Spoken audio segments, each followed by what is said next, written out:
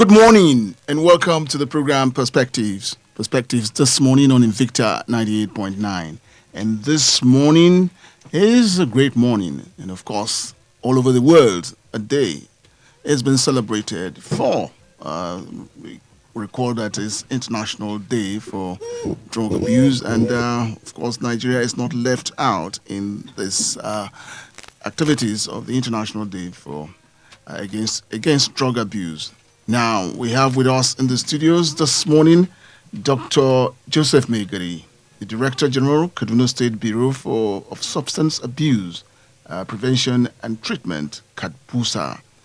And I also have with me Dr. Rebecca Ekochin, Special Assistant to the Director General, all in the studios with me to discuss today the International Day Against Drug Abuse. Dr. Joseph Maigari, good morning. I'm glad to have you again. Good morning, it's TOYIN ALABI. Thank you to the Invicta crew. Good morning to all our listeners at home and in the offices and all the various places. It's great to be here again. Dr. Rebecca Ekochin, first time around, but we're glad to have you in our studios. Good morning. Thank you so much, sir. Thank you, listeners, for tuning in. It's great to be here. We'll just go straight to it. Dr. Joseph, International Day Against Drug Abuse. Now we're coming back home here in Kaduna to say that, yes, the theme for this year's commemoration for the day and activities that have been lined up for Kaduna Bereau for Substance Abuse Prevention and Treatment lined up to mark this day. What are we looking at? Today is the International Day Against Drugs and Substance Abuse, a day set aside by the United Nations to commemorate the issues that surround the use of drugs and trafficking of illicit substances. This year's theme, better information or better knowledge for better care, is very apt because the focus is being rightly moved to in addition to what's been done on disrupting supply of illicit drugs around the world, to prevention and treatment, which actually does address the problem of the demand side. So the problem of substance abuse has been looked at from trying to reduce the demand of drug abuse across the world, as well as the supply. So in reducing demand and reducing supply, then we get a solution to this problem that's bedeviling the world. It's a pandemic. It's a state that we've been in before even the coronavirus pandemic came on. And right now we have a double pandemic, double tragedy, and it's something that we must all put our hands on deck. The global world drug record shows that 5.6% of global population use drug. The survey by the United Nations Office on Drugs and Crime has identified 10% of Kaduna State residents as people who have problems with drug use. And the survey of the agency of Kaduna State Bureau for Substance Abuse Prevention and Treatment that took place early this year has revealed that 10.9% of Kaduna residents use substances. And let us not forget that the discussion around the drugs at the center of insecurity, banditry, terrorism, and all the cattle rustling that we're having around. And so if we're able to reduce the prevalence of drug and substance abuse, then of course we'll be reducing the security challenges that bedevil our society. All right, I'll still stay with you, Dr. Joseph. Governor Nasir El-Rufai set up KADBUSA, which you heard as Director General. Is there a drug problem in Kaduna State that necessitated the setting up of a whole bureau to fight it? Yes, now this problem empirically has been shown that there's a problem because if we ask a question now, there's hardly any family where you don't have this problem of drugs, whether in the immediate family or in the extended family. And we know the various disruption is bringing to this individual's life, to those families, to our society as a whole. And this has been there empirically. But then we undertook a survey, of course, this year. And then, of course, this confirms what we've been thinking about empirically, that drug abuse is a major problem. If you line up 100 people in Kaduna, 10 of them have drug use problem. 10 to 11 of them have drug use problem. So that's huge. That's well above the global average of 5.6. And so with this kind of problem, will it be surprising to us that we have security challenges, banditry, rustling, kidnapping, all kind of terrorism, all kind of societal problem, the increase in rape, all kind of violent crime. Find drugs being at the center of all of this. So in order to address all these other problems as symptoms, as offshoots, as leaves, as branches, then it's very pertinent that we go to the root of the problem, which is drugs. And that's why the visionary leadership of His Excellency Malam Nasir Ahmed El-Rufai has established this bureau, and he has followed up with a task force that is headed by no other person than Her Excellency Barrister Asia Ahmed El-Rufai to chair the task force. The task force bring together people who are working on the supply space and those who are working on the demand space to be able to synergize all our efforts to be able to reduce the prevalence of substance abuse in Kaduna State. I'll come back to you now, Dr. Ekochin. What does substance abuse entail from the professional point of view? Does it relate to consumption of hard drugs only, or it extends to other stimulants? Okay, thank you very much, sir. When we talk about substance abuse, we are not just looking at the illicit substances. We are also looking at licit substances, like substances, drugs, ordinarily that people are normally prescribed to in the hospital. But when they become dependent on it, when they misuse it, when they use it, like for example, things like opiates is a form of painkiller that is usually given to people who have chronic pain problems or people who have cancer, to relieve some of their pain. But some people go on to become very dependent on some of these things. And then it goes on to what we call psychological dependence. They can't do without it. They have a craving for it. They go as far as allowing it to disrupt their normal life, their normal activities. They can do anything to get these drugs. At that point, we are talking about dependence. And at that point, it becomes a problem, even though the drug was originally meant to be for illicit use. So substance abuse doesn't just have to do with the normal illicit substances we know. It covers both licit and illicit. I'm looking at a home now where the child, the very foundation of it would be that the child will grow from the home and into the wider society. And I'm looking at a situation where parents now, especially, again, concern here on mothers, who, are the caretakers of these children. But we're getting them all involved in that. Now, talking about the home, well, how will you address the problem of the home in terms of substance abuse, again, by mothers and children involved? Okay, thank you very much. The problem of substance abuse in the home is becoming a huge problem. Coming from some of the results of our survey, we showed that 1/3 of our women actually abuse substances within the state. So it's becoming a big issue where the primary caregivers, the mothers in this case, are also having challenges with substance abuse. It becomes also a problem to be able to raise these children. This is just to show you how large, how huge this problem has become. It's not just a societal problem. It's the basis comes right down from the family. So that's why the agency is also working together with the Ministry of Human Services and Social Human Services to also see how we can reach out to these women, how we can reach out to the youth, how we can make impact right from the grassroots, from the home, with some of activities, creating information, creating more awareness so that people know that apart from this drug problem, there are other familiar problems, there are economic problems, there are a lot of marital issues that can actually make these things spring up from the home. Dr. Joseph, the wife of the governor, Asia Ahmed El-Rufai, has an NGO that is working on drug abuse. Is there a synergy between her organization and your bureau?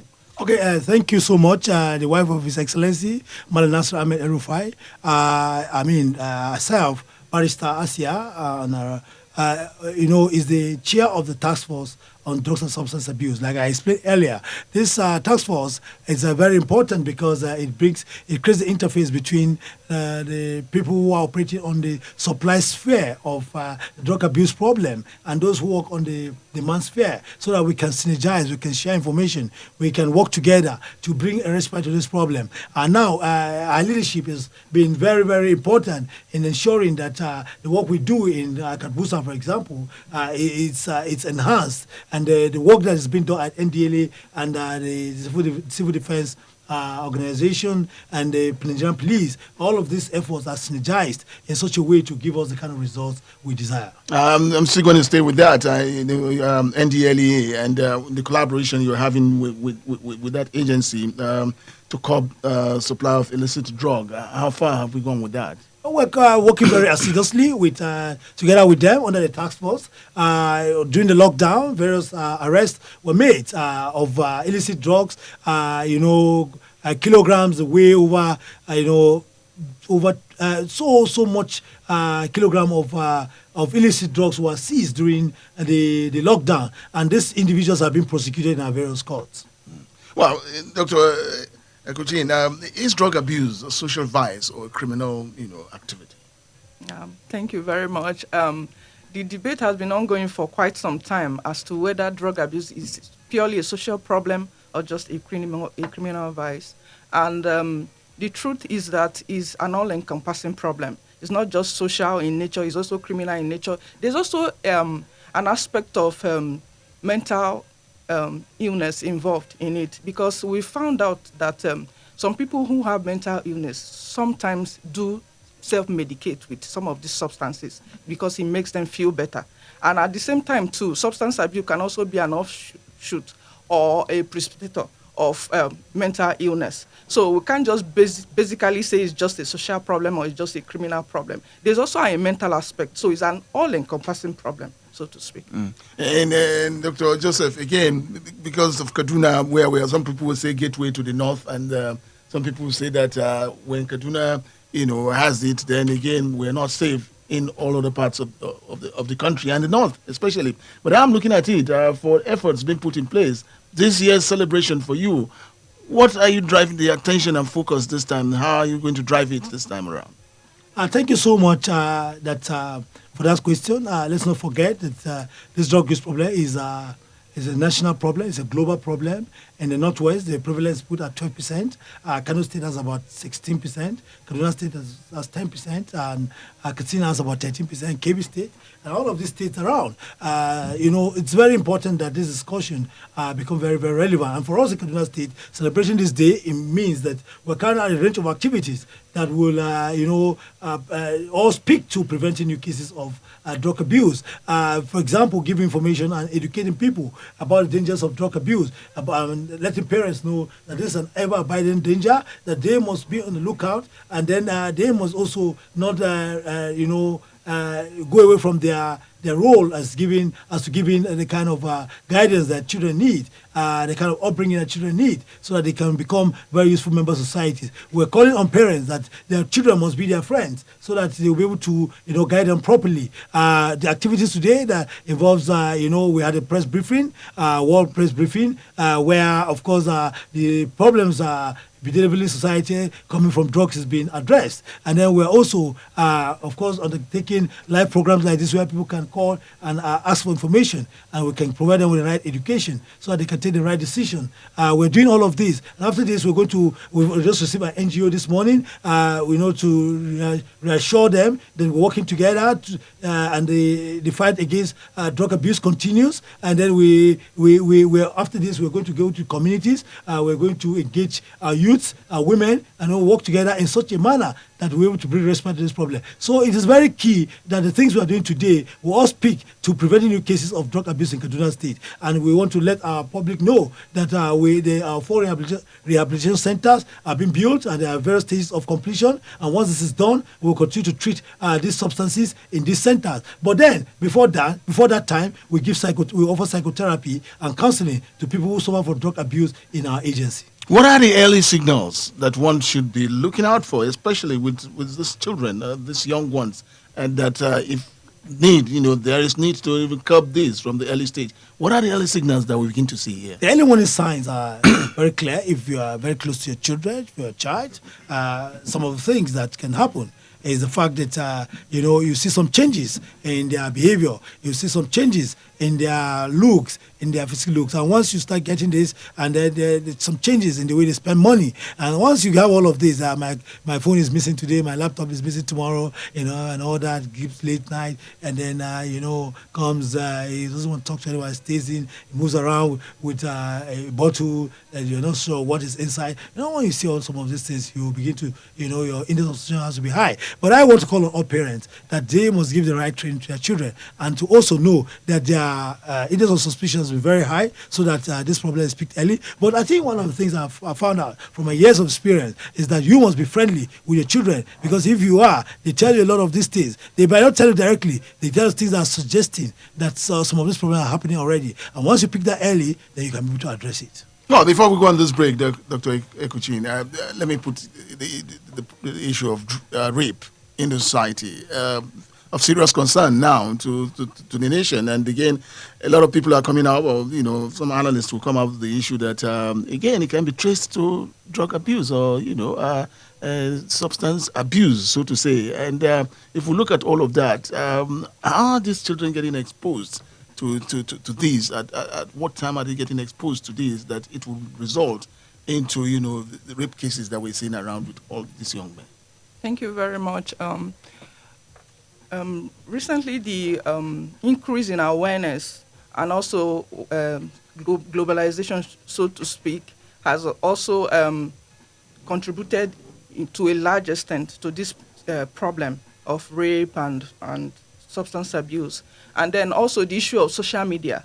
A lot of youths now, most youths are on social media. So they get to interact with all sorts of people. They get to see things unmonitored, unsupervised, that can also predispose them to developing some of these vices. And also we know that research has shown that a great part of people who actually rape and commit some of those crimes are not actually okay. Some of them are due to mental illness, some of them are under the influence of drugs. That's why you notice that we have more increase in rape, more increase in criminal activities, more increase in banditry and terrorism.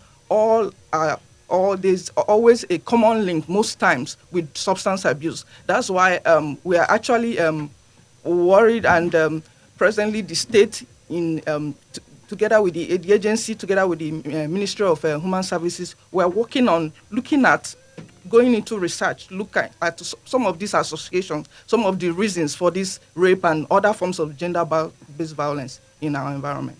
Okay. It's the program Perspectives this morning, and today, International Day of Drug Abuse, against drug abuse, and having with us in the studios Dr. Joseph Maigari and, of course, Dr. Rebecca Ekochin. We're discussing on that. We'll come back after this break. We'll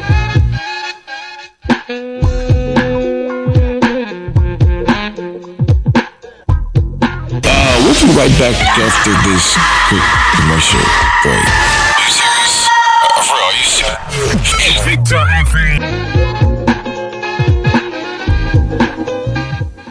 Welcome back. It's the program Perspectives this morning, coming to you on Invicta 98.9. And today is International Day Against Drug Abuse. And Dr. Joseph Maigari, DG, Kaduna State Bureau of Substance Abuse Prevention and Treatment, KADBUSA, with us in the studios, and Dr. Rebecca Ekochin, the S.A to the DG. And we're talking about substance abuse in us. And today is International Day Against Drug. Dr. Joseph, again, the world is, having International Day Against Drug. But again, let's come back home. Are we seeing a situation where the world is talking about the same issues of drug abuse, or we could just be having, differences all over the world about what, comes out as for drug abuse in some other countries and their challenges and what we have back home? Now, the problem of drug abuse is a global issue. It's a problem. That's why the United Nations Office on Drugs and Crime is working assiduously in the past 20 years to address these problems, and that's why this day has been set aside. It's an international day. It's happening at the same time all over the world, depending on the time zones. The major issues come to the fore, and the issues we're talking about this year is better knowledge for better care, and all of this is just to address the problem and to bring to the fore this problem. Don't forget, the global average for this, I've said, is 5.6. In Nigeria, it's about 14.4. And then these problems there are problems, and they are at the heart of all the insecurity that we have. And so this problem is a problem, is of course localized here, but it has international perspective. And then these problems, as they happen all over the world, they're discussing about the same issues we're discussing about here. How do we bring about knowledge-based, evidence-based methods and methodologies and mechanisms to be able to handle this problem and resolve it and reduce the prevalence of substance abuse so that society can be better?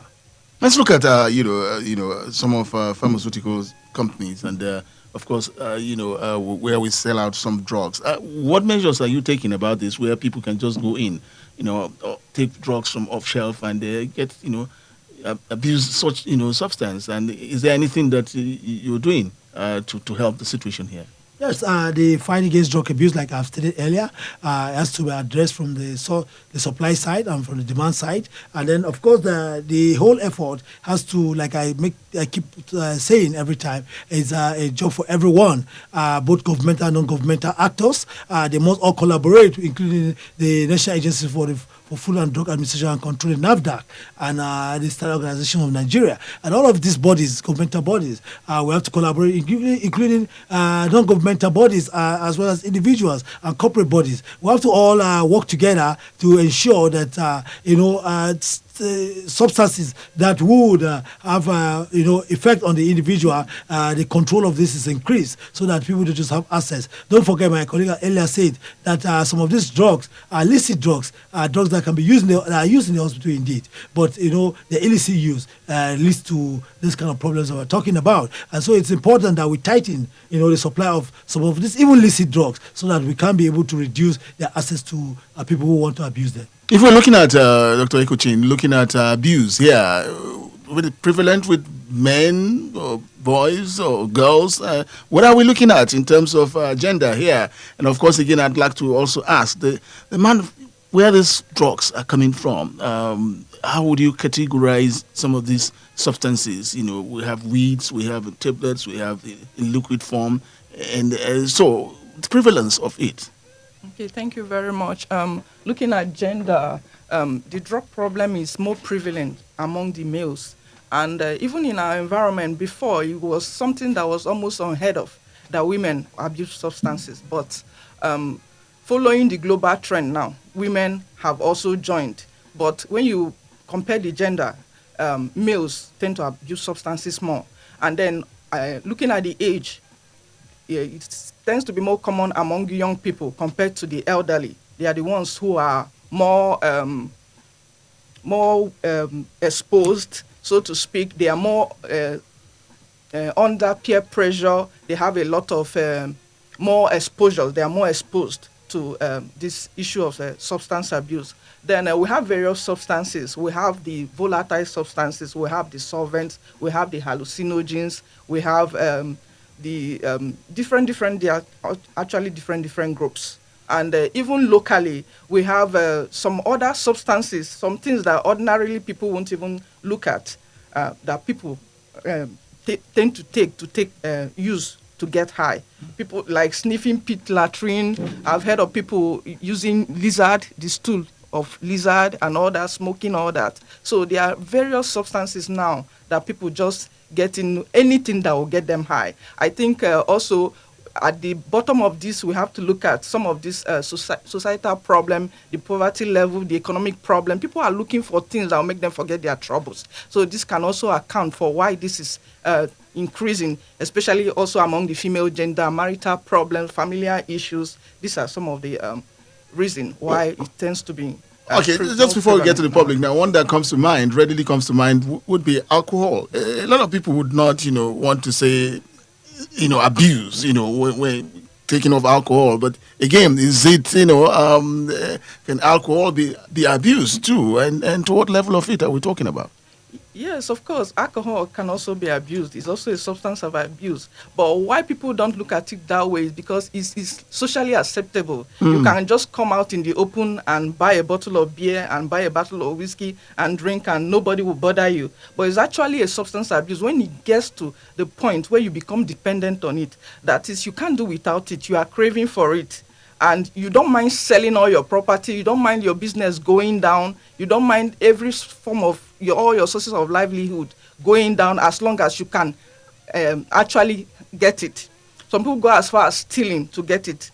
And then when other aspects of your life starts becoming less important to you, all you care about is just waking up in the morning and taking that alcohol. And until you take it, you don't care. When it starts affecting your marital life, affecting your social life, affecting your job or your career or your academics, then you've actually become dependent on it. So at that point, it's a problem. Dr. Maigari, aren't we having a problem here? I'm talking about local brew here that that we all are familiar with too. We abuse this so much to this level. Yes, the problem, like she has rightly pointed out, is the abuse of this substance. And we, of course, are calling on everybody to eschew the use of these substances, because you cannot tell who will become dependent on this substance. And then once people start having disruptions to their life because of the use of this substance, while their functioning start depreciating because of the use of this substance, then that's a problem. And that is the addiction we're talking about. And then it's very important that our people know this and then eschew this. Because you see, like she said, these substances and alcohol, they've had a very age-long use, and even our traditional culture, this have uses. But then it is very key for the conversation to begin to really open up and be very clear that if this continues to a point that there's disruption of the function of the life of the individual, whether in the physical sphere, there are physical problems, there are health problems, there are psychological problems, there are disruption to their social life, and all of these, they can't work because of the use of alcohol and other dangerous substances. Then of course it becomes a problem, and then at that point they must know that they must get help. And then also to say prevention is cheaper and better than cure. All right. Okay, we go to the audience now. Let's get your thoughts too on this day, International Day Against Drug, and happening today. And activities are all lined up to mark this day. Numbers to call to be part of this program: 081 40 989, 081 40 989, or 070 87 800 989, 070 87 800 989. We'll begin to take your calls now. Hello, good morning. Hello, good morning.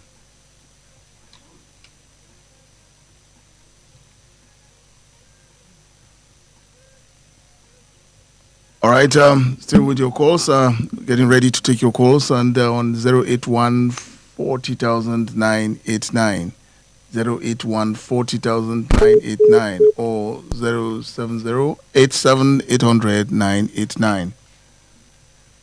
Hello, good morning.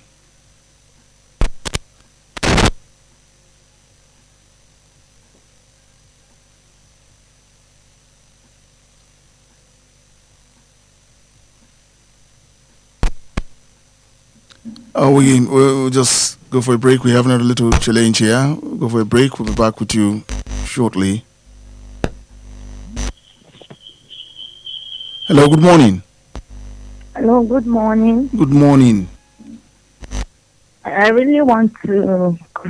Your name, please? They're doing it. Hello? Your name, please? My name is Rose. Okay, Rose, let's hear you. I'm calling from Sabo. All right, let's hear you. I really want to comment that you people are doing a great job, and the issue of this substance use is becoming alarming in the society, and they're really working to curb it, and we pray that God will give them victory. All right. And I really want to commend DG for a great job, and I wish him well in his endeavors. Thank you. Thank you so much. Okay. Thank you on that. Still taking your calls. Hello, good morning. All right. Well, challenge here. Hello, good morning. Hello, good morning. Good morning. How are you, Mr. Tony? I'm good. I'm calling from Monabanido. Okay, just go ahead. Let's hear you. Yeah, are you hearing me? Yes, please. The issue of drug in this country, I think, is worse than the civil war we had in 1967 to 1970. Mm. So my advice would be that government at least should create a unit within the military at least to fight this menace. Because if we can spend a lot of money in defense, and most of these vices are coming from drug abuse, I think that we create another, if possible, another ministry at least to fight against this menace. Because it's because of this drug abuse, that's why we have the Boko Haram, we have the banditry, we have all these sort of vices, and government is spending a lot of money to see that actually tackle all these problems. I think it will be of interest for Nigeria to create, since we have what we call Nigerian Army, Nigerian Air Force, Nigerian Navy, we should also have Nigerian drug abuse force to fight against this drug abuse in this country. I think we will reduce a lot of menace in our society. Thank you. So that's my contribution. Thank you. Have a nice day. All right, thank you. We'll go for another call and come back to our guest. Hello, good morning. Hello, good morning. Good morning. My name is Evo. Okay. When I speak well, when I do a lot of jobs, God will bless me. Thank you. I want to speak on the area of COVID-19. We pray all over. For the community right now, as you feel like this, nobody get it. Nobody know who they have it. And people see. Hello, we're talking about drug abuse. Today is International Day Against Drug Abuse. That's what we're talking about. Hello, good morning. Good morning, sir. Good morning. Yeah, Mr. Umar. Okay, Umar, let's hear you. Yes, sir. Now, 2 years or 5 years back, BBC reported the menace of codeine or cough syrups that are codeine. Now, all of a sudden, government come out with punitive measures which are not satisfactory to the expectations of people by just banning the sales of codeine and so on. Now, the menace lingered to some certain extent and dimension to take some other force or plan in the society to some certain extent. It has moved a certain stage whereby it has become undefined. Now, we people were out of more of talking the talk, not walking the talk. A lot of there are some promises at that time of increase in rehabilitation centers towards the menace has been caught, and relatively transforming those that are involved in such acts, and also behavioral and attitudinal change towards the menace. Now, all these things have not been highlighted. What we were witnessing now is just a celebrity of drug day and so on. Now, what are you people doing towards stamping out of all these things? I take you back sometimes as a way forward. PTF, Petroleum Trade Resource Fund, have come up with a system whereby drugs are not obtainable in chemistry and so on to some certain extent until you wait for hospitals and so on when it has been prescribed. But it's no longer this thing sufficient again. Okay. Thank you very much. All What right. are you people doing, sir? All right, Buba, Umar. DG, I'll come to you on that. Okay. Thank you so much for the various contributors. We are grateful to you, Rose. for appreciating the work we're doing. It's a huge work. And then when we find kind works like this, we're always very happy. To the caller who talked about creating a different force to fight drugs, the NDLA is doing this. All we're calling for is the strengthening of the organ of the NDLA, increased funding to all people who work in this space. Fighting drugs is not an easy thing because the people who are up, you're up against. The barons are powerful, they have money, but bad money, blood money. But then we are saying that, of course, more resources, once it's made available to all of these people that work in these various spaces, of course, it's going to enhance the work that we're doing. And then talking about the ban on codeine, it's very important. All of these efforts, no single effort will bring respect to this problem. Don't forget, in the past, most of the efforts been on disrupting supplies and then not really looking at the fact that one day we might become a user nation, that we're there now. And then so that's why Man and Fire has moved very fast to form the first of its kind of agency in the whole of Nigeria to fight the demand side of drug abuse. And then we're happy to report that we were at the Nigerian Senate before the lockdown to present what we're doing in our agency so that this can be replicated at the national level. Gombe State government was in Kaduna State to study what we're doing. And so we're calling other states around the north and Nigeria in total that we must establish agencies like this that will address the demand side of the problem. Kano State, the bill for establishing this type of agency as part of the second reading, very soon they will also come up with this. And once all of this is done, all of these efforts, put together, they will be able to address this problem. It's not a single solution to all the problems. There are different causes, there are different ways, there are different substances that are being used. So the efforts are going to all be concerted to be able to bring a respite to this problem. Okay, Dr. Ekochin, could you talk about rehabilitation? Yes, we have some abusers who have gone so, deep in it, and again, rehabilitating them back. Are there provisions for that, with this bureau?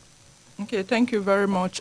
Talking about rehabilitation, that has to do with the treatment aspect of the mandate that was handed over to the Bureau. And that is why we have the ongoing construction of about 4 rehabilitation centers. And this rehabilitation, it doesn't just have to be with just weaning them off these substances. We also have to look at ways of rehabilitating them in terms of their occupation, in terms of if they have to change environment where they live. We need to look into that. It's a whole large area, and is a major to be a major drive and a major way of also reducing demand. If we are able to admit the ones that need treatment, we're able to detoxify them and rehabilitate them back to society, back to their families, back to their occupations and all that. That will also go to a large extent. It will help us, and that's why very soon we'll be able to complete the rehabilitation centers. Just like the DG said earlier, currently we go on with psychotherapy. We have psychotherapy sections for some of them, those that need treatment, pending when the rehabilitation centers will be ready. Okay. All right, so can take 1 or 2 calls before we bring it to a close. Still on the program. Hello, good morning. Good morning. Good morning. Good morning to your friend. Yes, your name, please. Yes, my name is Kaduna. Okay. I'm calling you Kaduna. Could you move away from? Yes. I'm away from the radio. All right. Doctor, let me tell you one aspect. Sometimes you give us the method and the way you handle the issues is not easy people like me. If I may direct you right now, come down to Sabo, opposite First Bank. You see how this drug has been pushing left, right, and center. I'm telling you out of experience. So let me also tell you that those boys selling tickets of government in Kaduna State, I'm not supporting any part of Kaduna. All those boys selling tickets to get machine, bus, all of them, as I'm talking to you, if you can get my contact, I will talk to her. Immediately is fine. You didn't get anything from that person's pocket, you now make me a liar. So all those things, sometimes government has a better plan, but the way they implement it is maybe anti-clockwise. No, if you remove those kind of food along the way, you give them job, you see correct, you will see lead them how to pay for this thing. You know, you say you people have seen some of them during the lockdown. Yes, I may agree, I may disagree. Sometimes the way we prosecute, when you have evidence, they should look for more evidence. They normally do. So, please, I want others to live our society. Anybody who doesn't want to stay a good citizen of Nigeria or a good citizen of Kaduna, you put them out of the road because they are the one causing more damage in the society. Okay. Thank you and God bless. All right, Chief, I'm not taking one. Okay, we'll still take one more and then come back to our guest. Yeah. Still with the program. Hello, good morning. Good morning. And good morning to your guest. Yes. I'm to Engineer Emmanuel. Engineer Emmanuel. Yeah, on my own submission on the matter of drugs, you see, I will still blame the government. Why am I blaming the government? They are the custodians of the law. What machinery are they putting in place, those that are bringing into these drugs or those that have been caught? So that is there any measure have been taken in place? Because if they have not done something, so that it will serve as a deterrent, people will keep on doing this thing. And the irony of the whole thing, when you caught these people that sell these drugs, give them less than 24 hours, you see them back to the society. So I think until the government stand their ground, put a strict penalty that whosoever that is caught, even if life imprisonment or death by hanging, it will serve as a deterrent. Until we do that, we will not eradicate the issue of drugs. Because people that sell this thing, they are in the community. And when you tell the police, the more painful aspect part of it, even the security agents themselves patronize these people to buy this thing. So what are we saying? I think let there be a law. We have a lot of law, but the problem is just law and it's not working the way it ought to work. Because drugs does not help. But you see people enter into it and nothing is being done about it. Okay, Engineer Emmanuel. So please, let the government, today since we are celebrating this, let them put a strict penalty that will serve as a deterrent. All so right. that people will desist from We got you, Engineer Emmanuel. Okay. The DG, if you just... Okay, thank you, Engineer Emmanuel. Thank you for the later part of your submission, where you are also doing the job, and then we're very grateful for this. And this goes to say that this job is not for government alone.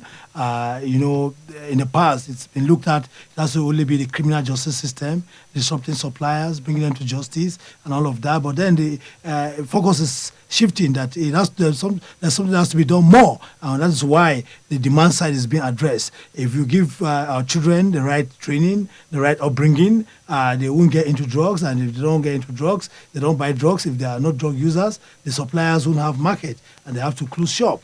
And so this effort is for everybody, for government, is for all of us, for parents, for church leaders, for community leaders, for, I mean, even if it's not your child, don't forget that you have to take care of him, because if you don't take care of the problem in overseas, it's going to come home. And so it's very important that we understand this and work together. Let's not just say this problem is for this group, it's not for that group. I mean, it's for everybody. We have to join efforts. We have to work very hard, seriously, to ensure that this problem is solved, because insecurity can affect anybody that can come because of the drug user, the banditry, and all of these kidnappings. All of these very worrying situations can affect anyone. So we have to look at it, that the effort has to be everybody's effort, and not just one particular agency, whether governmental or non governmental. I also hear you on that, Dr. Rebecca Ekochin. Let's get to your last line too on here. Okay, thank you very much. Just like the DG talked about, the fact that is an all-encompassing problem, and it also needs an all-encompassing solution. So we shouldn't just sit back and wait for the government and blame the government. We also, as individuals, as communities, as religious leaders, we need to join hands with the government to be able to push forward towards stopping or bringing an end, or at least reducing it to a minimal level, this issue of drug abuse. And then talking about this year's theme, which is better knowledge for better care, the drive for this year's team is based on the fact that a lot of misinformation is out there concerning the drug problem. So we are pushing for better knowledge, we are pushing for more research, we are pushing for more evidence-based practices and ways of curbing this drug problem. Thank you. Okay, and that will just be about the size of it on the program Perspectives today. And today, International Day Against Drug Abuse in Kaduna State, what we're doing and how far we've come with curbing activities of drug abuse in our society. Dr. Joseph Maigari, the DG, Kaduna State Bureau of Substance Abuse Treatment, Prevention and Treatment, KADBUSA, with us in the studios this morning. Doctor, thank you for coming on the program. Thank you very much. Yes, and also have with us Dr. Rebecca Ekochin, the SA to the DG. Dr. Ekochin, thank you for being part of it. Thank you so much. All right. And Morpheus, thank you for connecting us with the people. Wisdom, thank you for putting us in the pictures. We'll come back with Perspectives on Monday. Have a great weekend.